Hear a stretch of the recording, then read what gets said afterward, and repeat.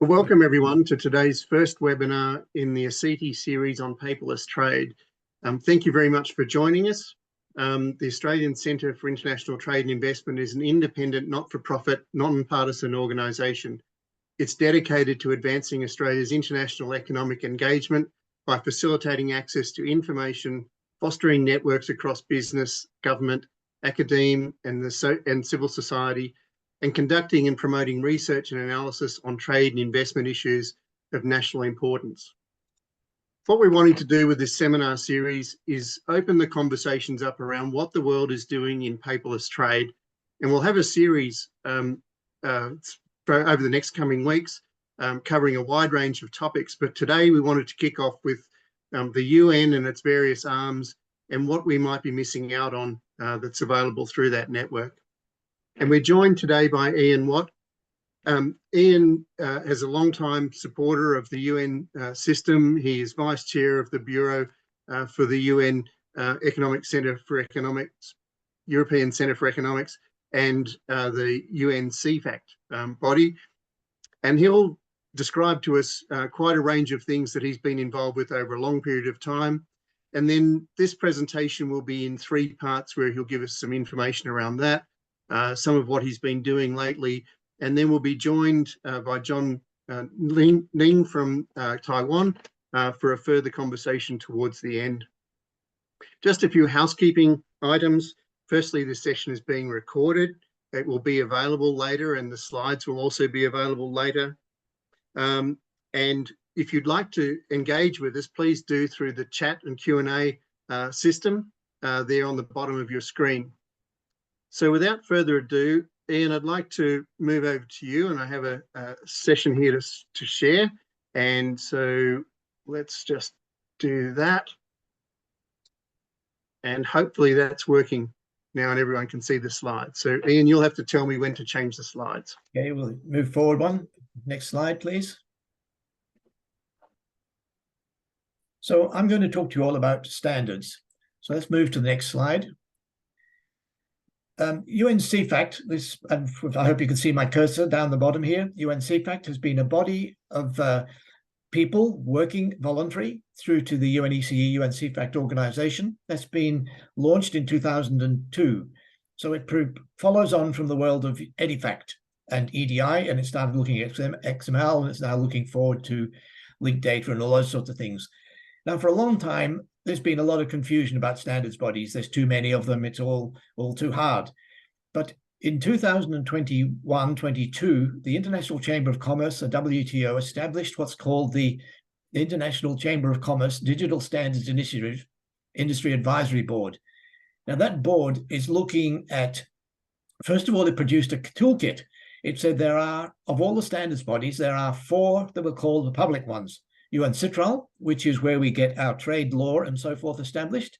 The World Customs Organization, which deals with the World Customs Organization data model and G2G matters. The World Trade Organization, which deal with those free trade agreements that we're all working to and so forth. And UN CEFACT. And I'll go to explain in greater detail what CEFACT is all about. But predominantly, many of the bodies up here in the private sector, particularly the Digital Container Shipping Association, that's fairly new, but they draw on standards from UN CEFACT, as does GS1 and others. And projects like with the Global Legal Identity Identifier Foundation are working with CEFACT, projects in there to bring harmony and common sense to all of these things. So at last we have a toolkit and a framework within which to look at our global standards situation.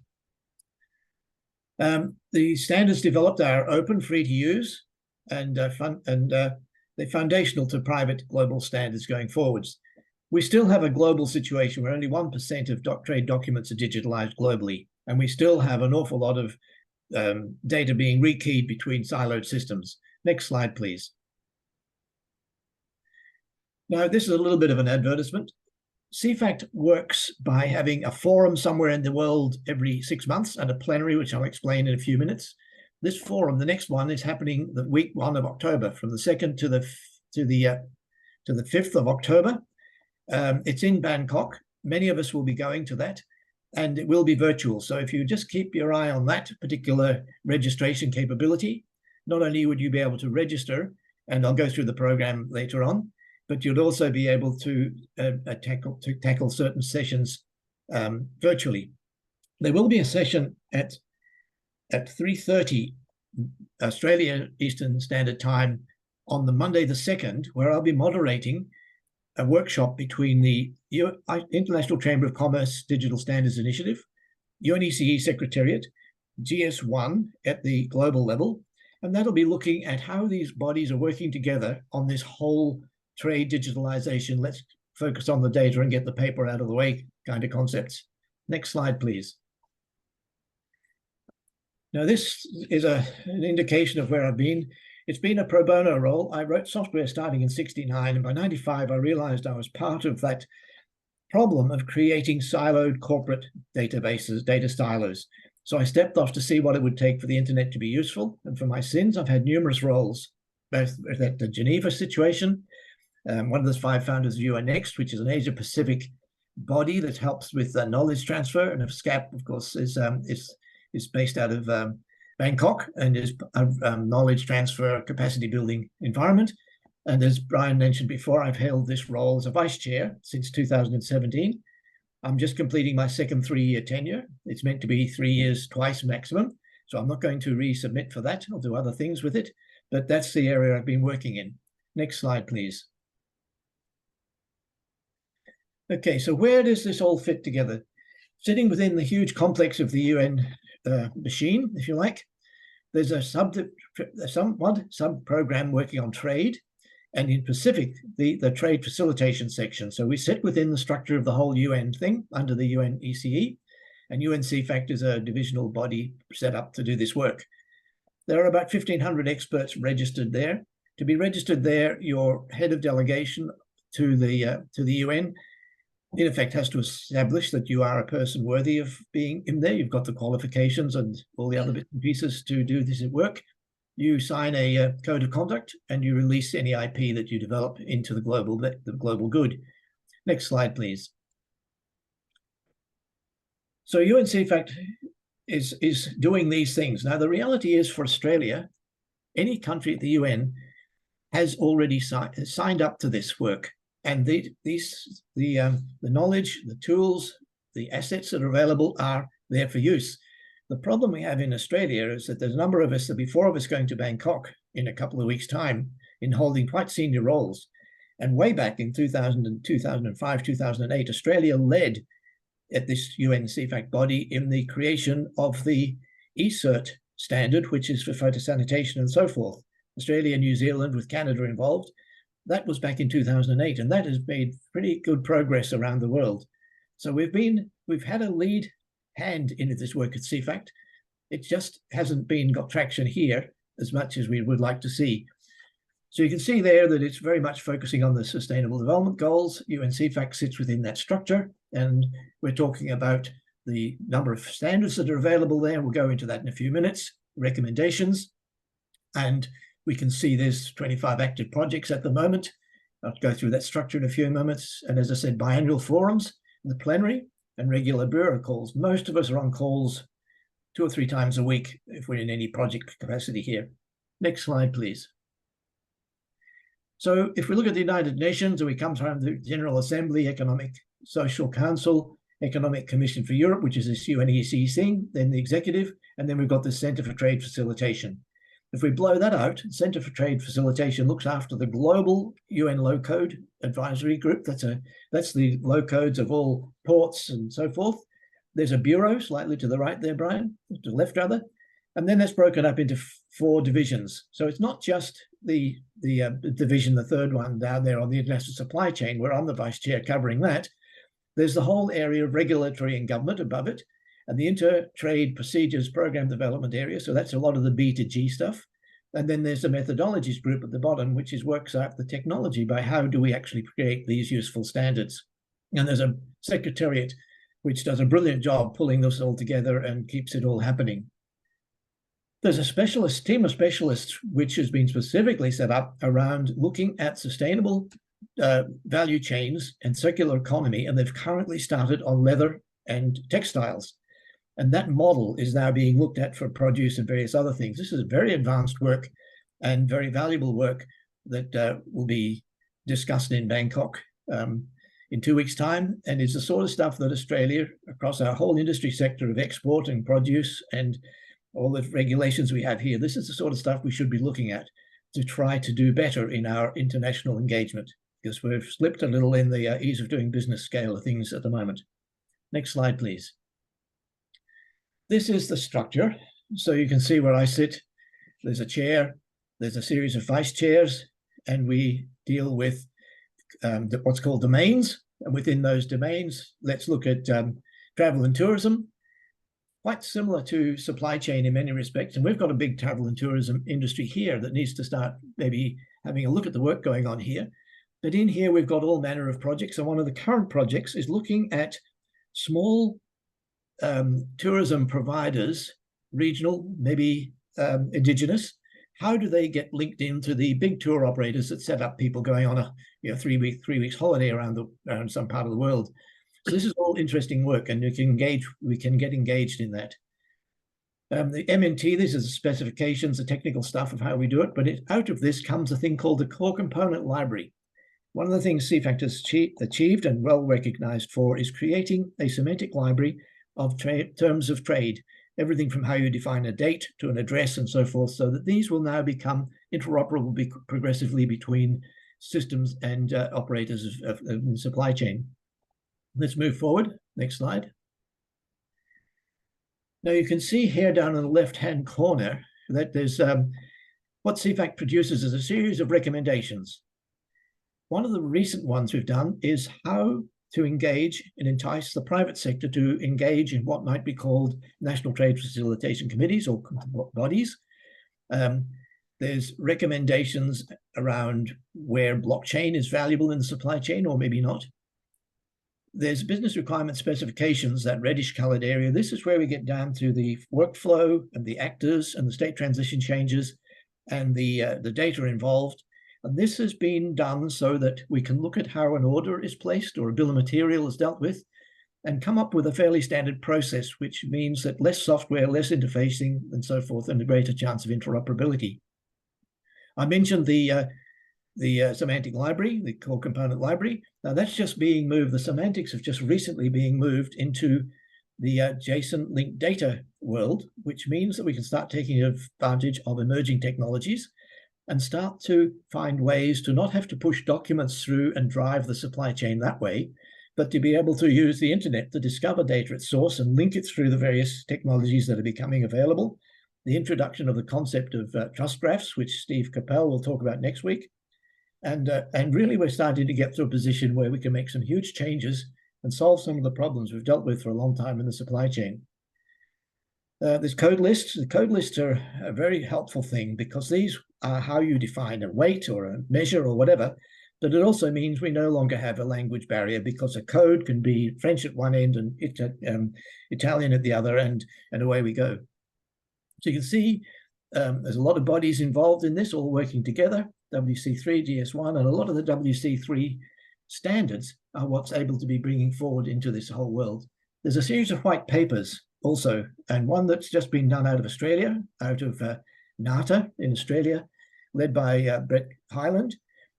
That's looking at product certificates, product conformity certificates, the accreditation bodies. That was done in Australia, taken to CEFACT, turned into an international recommendation. And last night I was on the launch of a business requirement specification piece of work, which is going to look at all of the core data elements you need to be able to do product conformity. And then Steve Capel next week will talk about how we can be certain that the attestation, that the actual goods we're looking at and the certificate and the information about the goods and the transit through the supply chain are all lined up so that we can avoid counterfeiting and various other things. So there's a lot happening in that space. Next slide, please. Okay, this is a bit of an event of what's been going on. If you look down in the bottom corner, bottom right hand, you'll see the 29th plenary in November. That'll occur in Geneva. Let's move back to the 2nd and 6th of October. That's the 41st forum. Since 2002, there's been 41 of these forums run somewhere in the world, Mexico, Bonn in Germany, somewhere in Asia, whatever. Now, this forum will run for 5 days, and it will bring together many of the experts who are working on these projects face to face. This work goes on constantly all year. And this particular forum is extremely interesting because this time, not only have we got the technical people able to create the standards and the recommendations, but we've got people like the head of the Digital Standards Initiative and the product director for GS1 Global. We've got somebody coming from the Thai banking industry who have made good progress in applying advancing technologies, are ahead of us all, and we can learn from that. And I've got to moderate that session. So what's happening is we're really getting the decision makers, the people who can communicate with government and the private sector, the agencies, and say, let's get involved. We've got to do something with this. So that's what's happening at the moment in terms of a sequence of things. Let's move on to the next slide.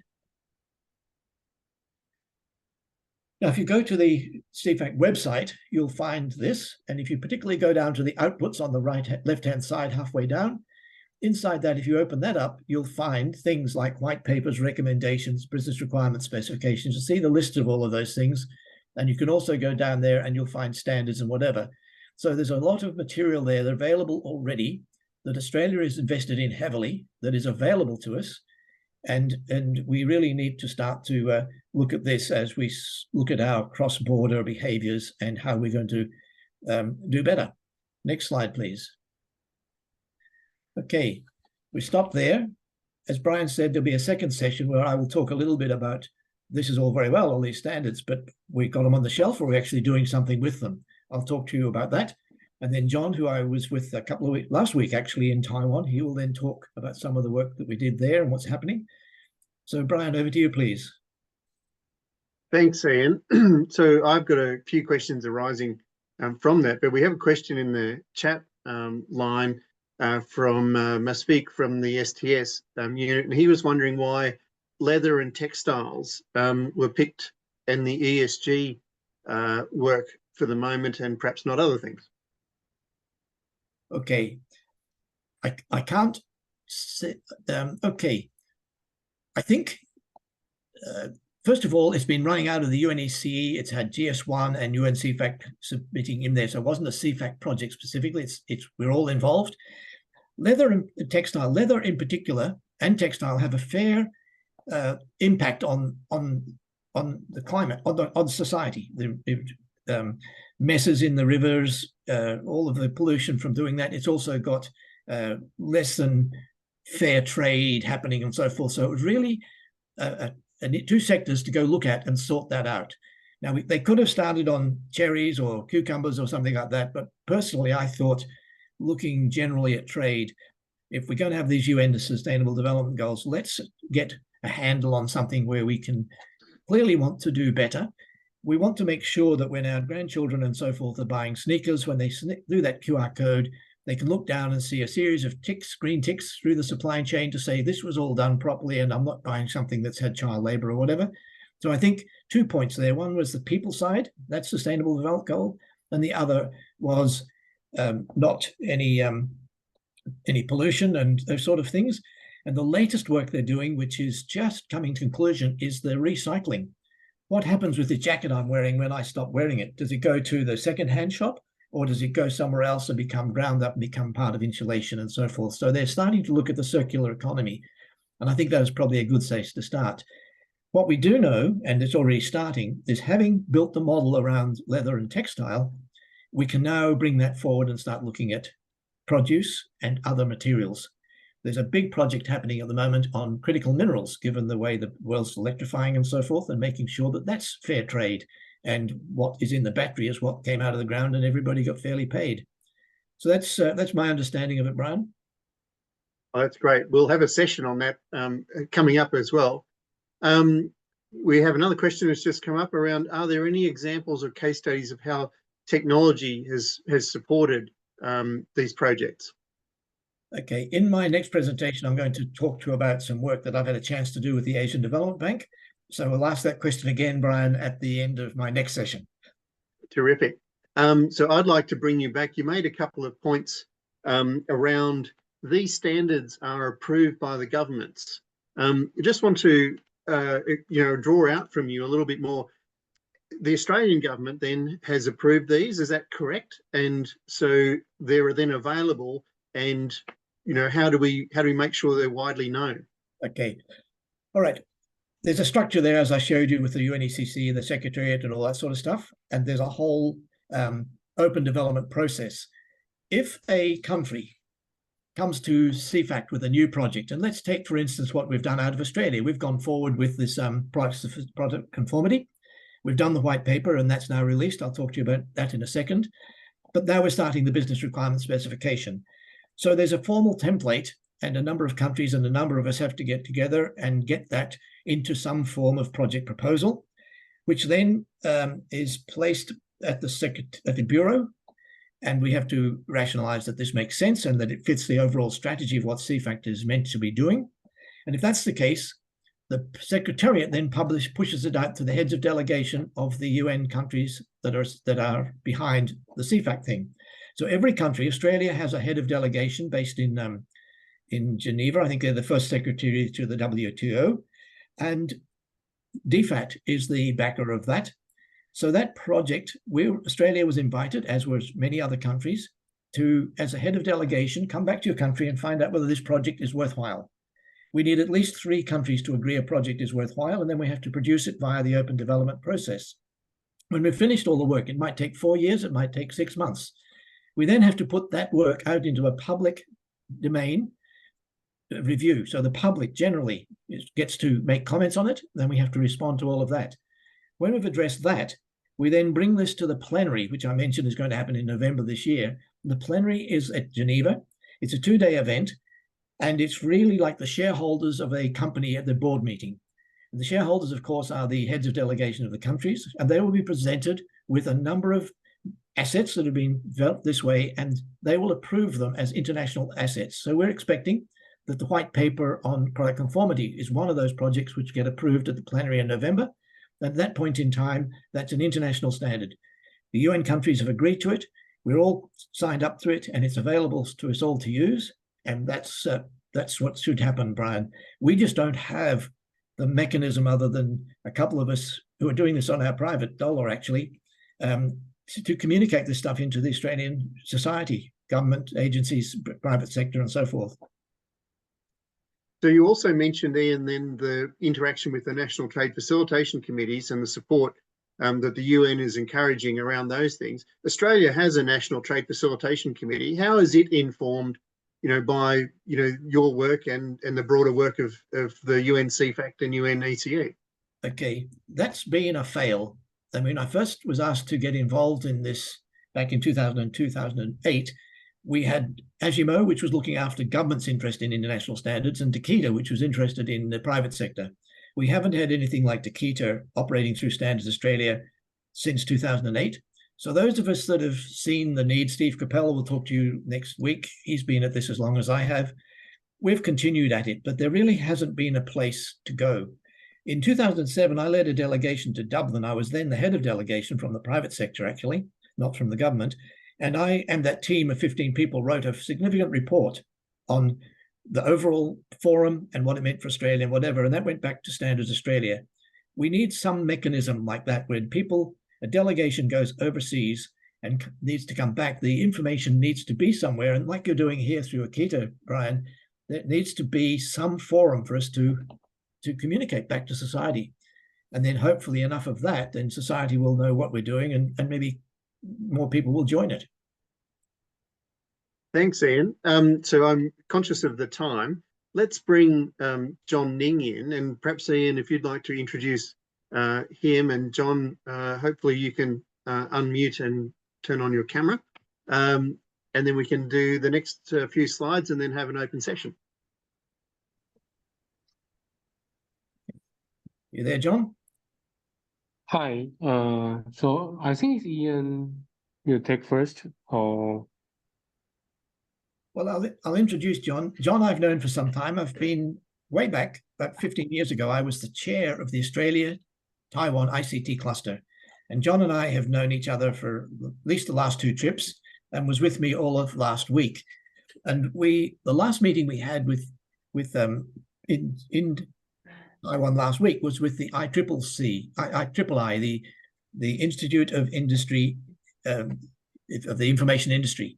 And the president there is very keen that we start to get into bilateral sandbox activity, because we can't do this work as one country. We've got to do it multiple countries, because we've got to cross our borders and sort all that out.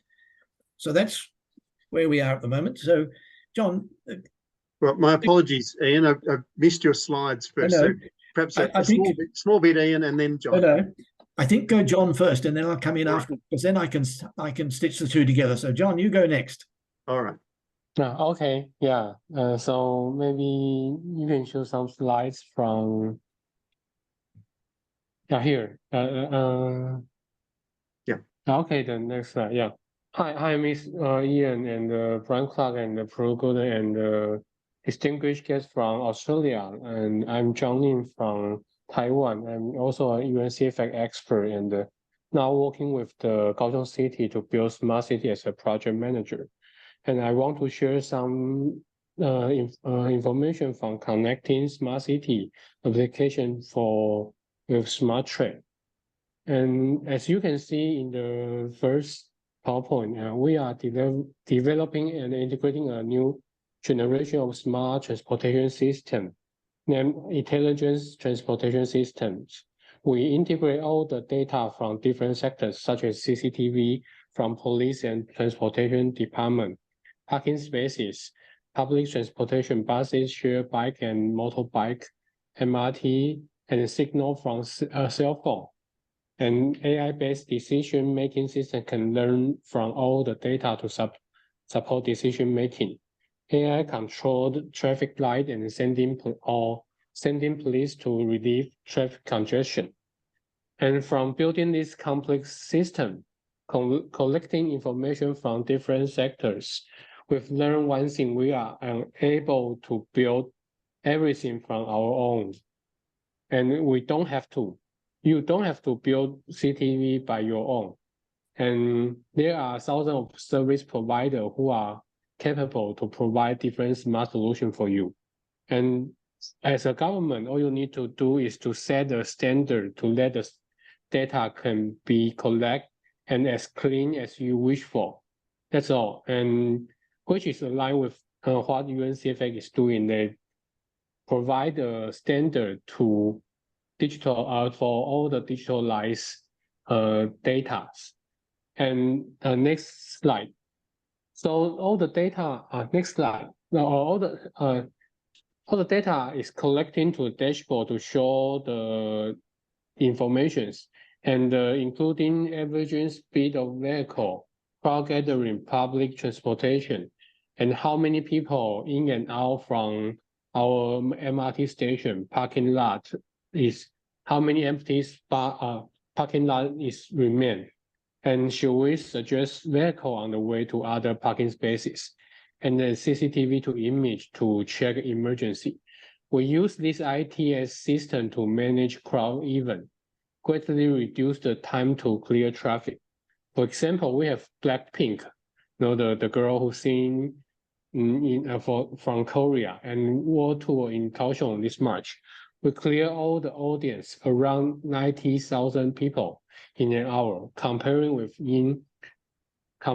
2 years ago, we cleared 45,000 people for 3 hours. So it's much improvement with the smart solutions. So all the audience can get much more time to shop in market or sightseeing. But firstly, you need to data to achieve. And all the data comes from all the IoT, all the AI, and it's needed standardized. So next slide. We are showing mobility service. Mobility as a service in Taiwan, and we integration multi-modal transportations. It's for citizens and travelers, but the multi-modal is as same as you traveling the goods or the cargos. So everyone can use the Mango card or the QR code, taking all transportation in Kaohsiung City. including railway, metro, light rail, buses, ferries, and it only costs $13 per month, and it also can lowering carbon emissions. And by the technology, we can also calculating and recording the carbon emissions. If you success reducing 6 tons carbon emission by taking all the public transportation, you will receive a free month ride. So it's all collecting to cloud service. And the next slide. So here is a smart logistics solution function to logistic developed with I&D's team and the III. It has 3 characteristics. First one, fast shipping in all processes. Only human need to from packaging to shipping, and up to 80% of it is man to good, which means that logistic boxes are delivered to the workers and then packaged by human. So compared to the traditional method of picking goods from the shelves, it's reduced labor by 30% and decreased production retrieval time by 60%. And during the peak order period, the production capacity can even be up to 10 times comparing to the original one. And it's high density storage, and it's deploy a 3-dimensional space with shelf that can reach up to 40 levels, combined with a shuttle rack system and 10,000 of logistic boxes, resulting in storage for 30,000 to 40,000 items in a small storage, and its storage capacity and density ranking at the top of the logistic industry in Taiwan. And the third, the most important, they can making optimization and precise decision through AI data computation. And like weather, season, holidays, region, and the system can pre-schedule popular products for storage in the lower stack, and allowing for advanced business opportunities. After placing orders, it built models based on order relationships to optimize batch and sequence picking, ensuring that order from the same customer can be shipped out with low delay, achieving precise operations. So here is some of the employee can, after the employee finish their work, the system can still optimization storage position based on shipping frequency. By the next morning, the entire warehouse was already determined the best storage position, making order picking immediately available. Next. So here is another smart logistics solution from Gaia's. They provide EV scooter for deliver goods in the last mile in the city. They have the e-mobility, reduce the carbon emission and air pollution. They also build up a platform for optimization, assign deliver routes, and also control the energy management. I think my introduction can help you imagine that how smart solution can help modernize logistics through IoT, AI, and how important to make standard at first steps. Thank you. Good. Thank you, John. Now, Ian, will we go back to your slides first? And then go back to the slides. We've got some questions coming in, but let's do that. No. There we are. Okay, so in the second last slide, John showed you a warehouse, the HTC company. It's a very major logistics company in Taiwan. I met with them last Thursday, with the deputy director of their logistics business group and their president and chief operating officer. Bryan, you asked me before about, we go to this CEFACT stuff and we come back, nobody seems to know much about it.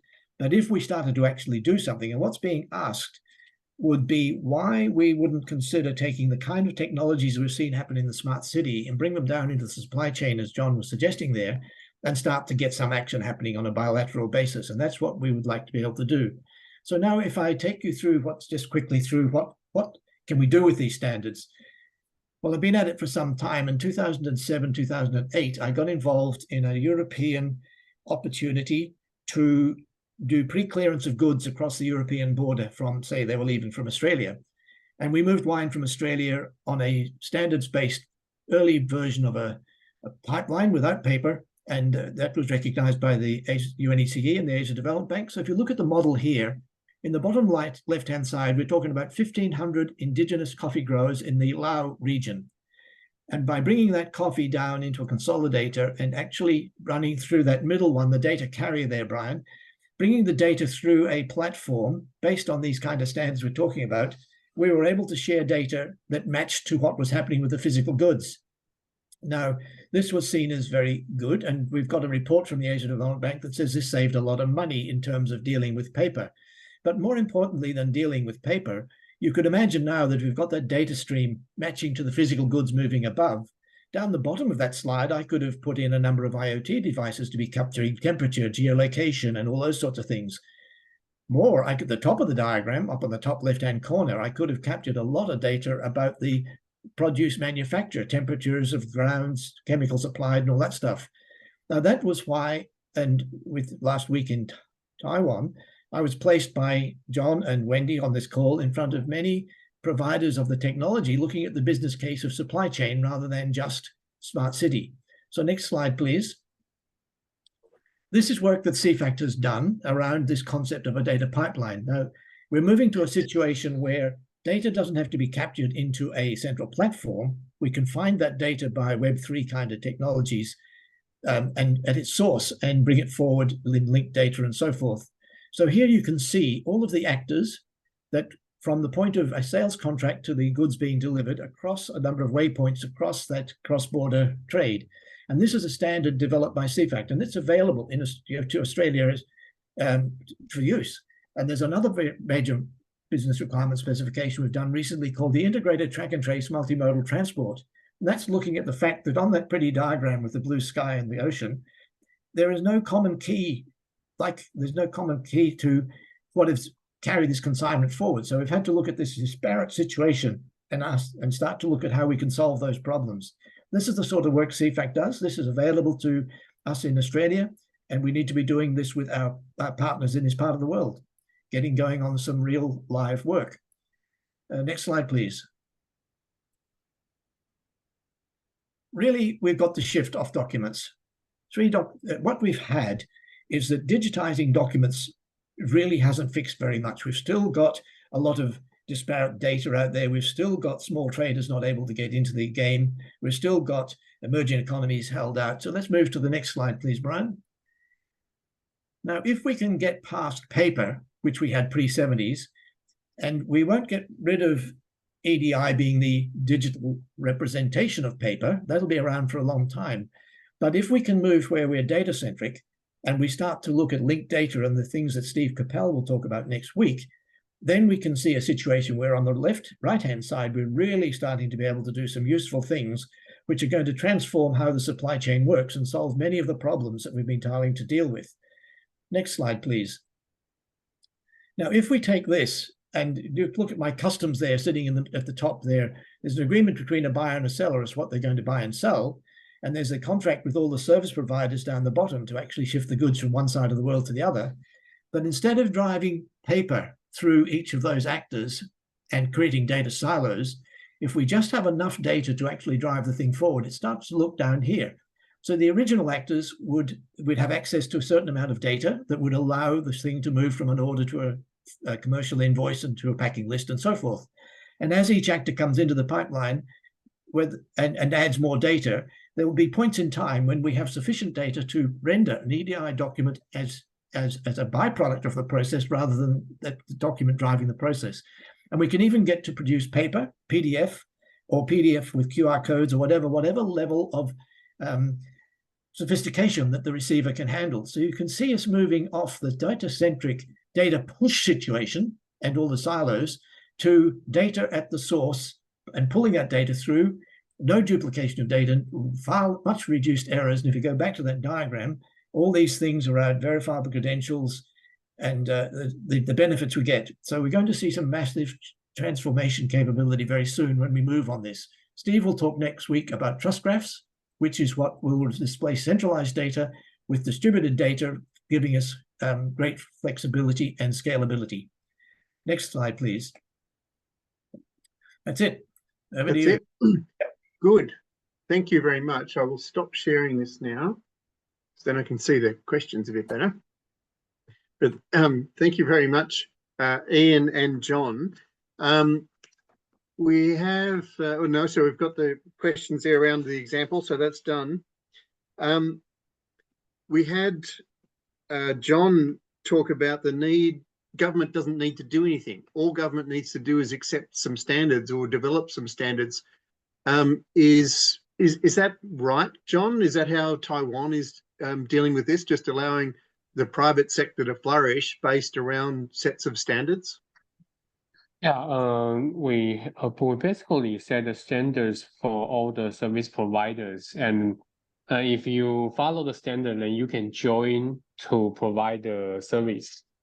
So that's why they are, they are ruling to follow the standard, because if you want to join the projects, if you want to share your service to all your customers, you need to follow the standards. So here's one example in the transportation, but also another example in the agriculture, because we built maybe 9,000 small weather weather monitoring stations in Kaohsiung, and 90,000 stations from different service providers, but all in one standard. They're sending back their informations to our platform.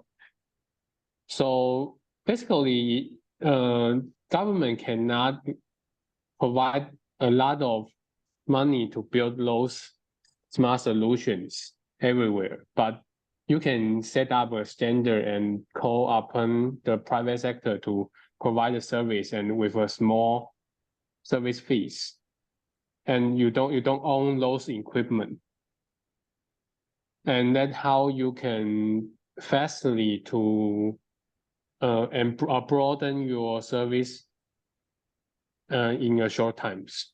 Yeah, that's our experience. Thank you. Thanks, John. And Right. Ian, you said there were pilots, like the wine pilot. You had the coffee Yes. example there. So presumably that example is available. That was from Laos, I think it was, to the EU. But there's no reason Australia couldn't do that already inbound. And I assume there were trade clearances and certifications and other things that were all involved with that. And you mentioned wine had been done from Australia. So we've got existing precedents. How do we use those better? Well, what we did, we were very early beta, so you do as much as you can paper-free in the first instance. There are other things that you're not going to shift very quickly, so you've got to be able to, as my diagram showed, still have the paper for those things that require paper. So what we've looked over time, over a series of 5 years, if you could go move that quickly, you do so much, and then you can do more and more and more. But the thing that John was saying there, if you think back to my diagram there where I had the two customs sitting on top of that pipeline thing, what John is talking about is that data stream at standard is very standard across the B2B world. That stream starts becoming a stream of data that the customs and agencies can look into and pull data out. So we need to challenge the concept of customs having to even build systems to gather all the data in the first case. The data would become available, as John mentioned there. It's delivered by the private sector. The data shares across the private sector. It's all at standard. And the CEFACT, as the core component semantics I mentioned before, the WCO has the WCO data model. They're both built on the same technical specification. So even at that level, at the B2G level, there is already work to make it possible to have standards at that. So to answer the questions? Thank you. Yes, and I encourage participants, if you've got questions, please put them into the question answer session there on the bottom of the screen. John, you said government doesn't have a lot of money, but government spend an awful lot of money looking at these things. Yet the private sector, we've already got this stuff available to you. And Ian, what does this cost? You know, surely there must be fees associated with it, and you know, must be a lot of investigation needed. You can't just pick it up, surely. Okay, what our research in, I'm private sector, and we've done a lot of research and moving this forward. There's the big end of town with their CapEx budgets, and they're not going to necessarily move to standards. They've got big packages in whatever. But there's a small end of town, which is where all the traffic and so forth. So we're really able to, with some standards and some more common processes, get to solutions that where the user can actually pay a subscription basis, which is what John was showing us happening maybe in the smart city situation. So yes, there is a possibility, and this is why I set off in '96 to stop writing software for large corporates. What can we do to use the internet to, with some standards for processes and semantics, get to a level where the services are able to be paid for on a subscription basis? So that becomes attractive to business, and you can start modeling that. I've used KPMG to assist us do that. If you look at what's out there in terms of the unserviced market in the supply chain, you know, 500 million SMEs, 1.7 trillion US dollars unmet trade finance demand, you can start to deal with that. And that's really where 80% of the consignments actually occur. That's a lot of your traffic. I mean, you know, 27 small traders with a shipment inside one container going across as distinct to one large company having 2 containers of the same product coming in. There's a lot. We've got to get to that smaller one, and we can now. So that's there's some interesting financial models to answer that question, Bryan. And John, you know, back to you around, surely it must cost a lot, but e-commerce, as you've mentioned and you highlighted there, e-commerce is one of the fastest growing aspects of international trade, but it's small parcels that Ian's just talking about. Small parcels, rapid movements, they're using the mail, they don't have it in large shipments, it's less than container loads very often. How is Taiwan dealing with that? And as Taiwan is you know, a major trading partner with Australia, what's the opportunity for some sandbox opportunities, or just to straight deploy it now and let's get on with it for those who want to? I think Taiwan is much more advanced in the e-commerce, because in the internal market, we might be, there is a 600,000 goods, you know, transport in Taiwan, inside Taiwan every day. So basically, we are developing a good transition logistical solutions inside internal market. And we are asking a question that how to deploy different smart solutions cross-borderly. For example, we cooperate with the Japan or Australia for the next steps.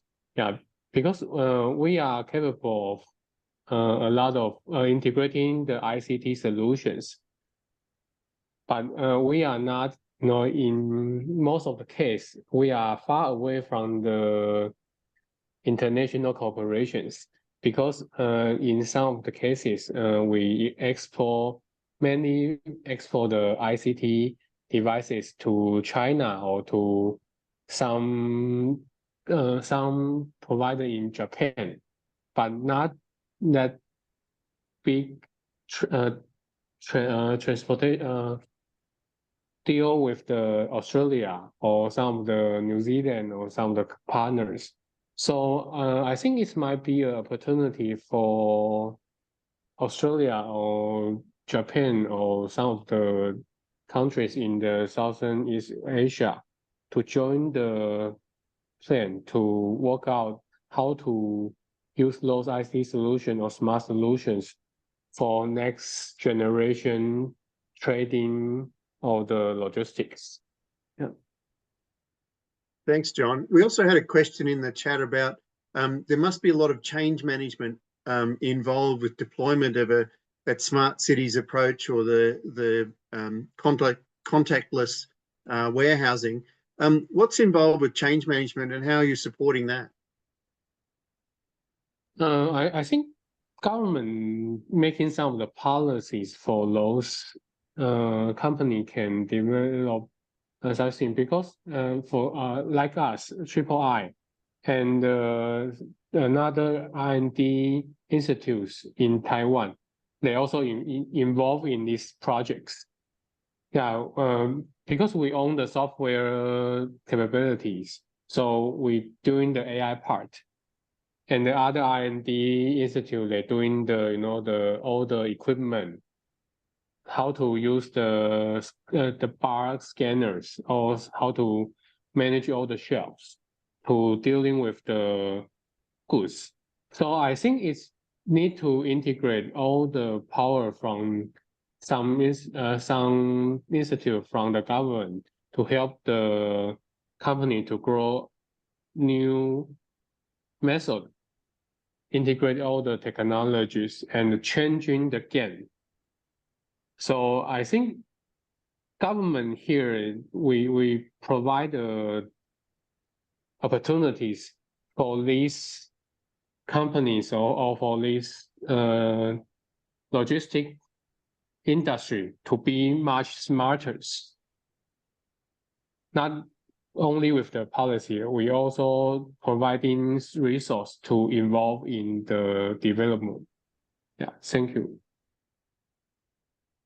Bryan, to put some meat on the bone here, I see III, where John's from, and Wendy, as being an umbrella sitting across a lot of things that happened in Taiwan to make smart cities possible. Government policy, standards, industry engagement, and so forth. My work last week in Taiwan, not only did we meet with the president of III and the directors of that transport company we just discussed, also with a number of the providers of the technology, but started looking at the use case being supply chain, not just smart city.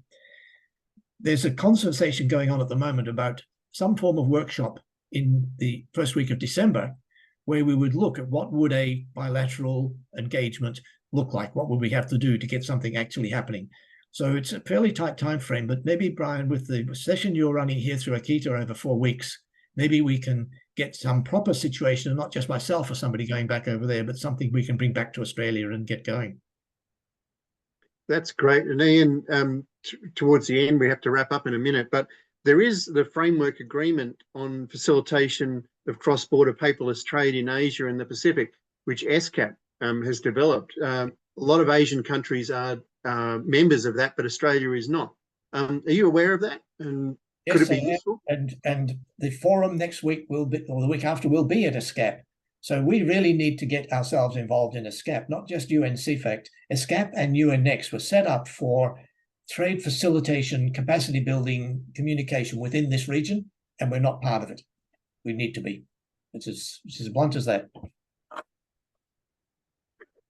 Right. Don't know. Oh, Diane's got a question here, getting in late, Diane. But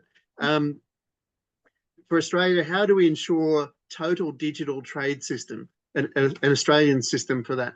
The largest cost for exporters is the handling and land-based systems, paperwork before the goods actually go overseas. We seem to be a long way from a streamlined system door to door. What's your thoughts on that, Ian? Look, I think we need to start mapping ourselves to some of the work we've already done at CEFACT, that integrated track and trace multimodal transport. Let's look through that business requirement specification and look to see where we have gaps and look to see why we aren't aligning with more standard approaches to things. Steve, I think when we talk next week, we'll talk about a lot of trust and so forth. We might be able to soften some of the rigid constraints and start being a little bit more faithful in things, because we can use artificial intelligence and other things down the road. But right now, I think we've got to start mapping our disparate way of doing things to some base standards and see what the gap is and see what we can do. Good. Well, thank you very much, everyone. We're coming up against time, so we'll need to wrap up. As I noted at the start, we will share the slides. This has been recorded. We will make that available through our platforms. But we hope that everyone has enjoyed today's conversation. A quick plug for next week. Next week, Steve Capel, same time at 3 o'clock on Wednesday, will be speaking to us about verifiable credentials and how they work, and a case study around ESG usage for that. But we hope that you'll engage again. Please tell your friends and colleagues and networks about our series. We will conduct it. We will deal with a whole range of other things, from commercial crime, management, how do you deal with identity, etc., over a range of topics over a range of weeks.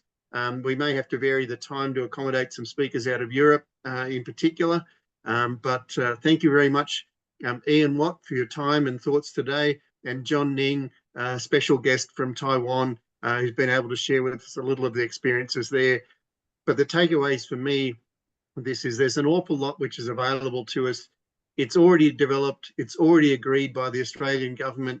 Others are using it. How do we make sure that that's what we're working towards and we don't reinvent the wheels?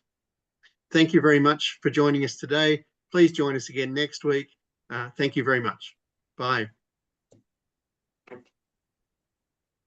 Hi, thank you.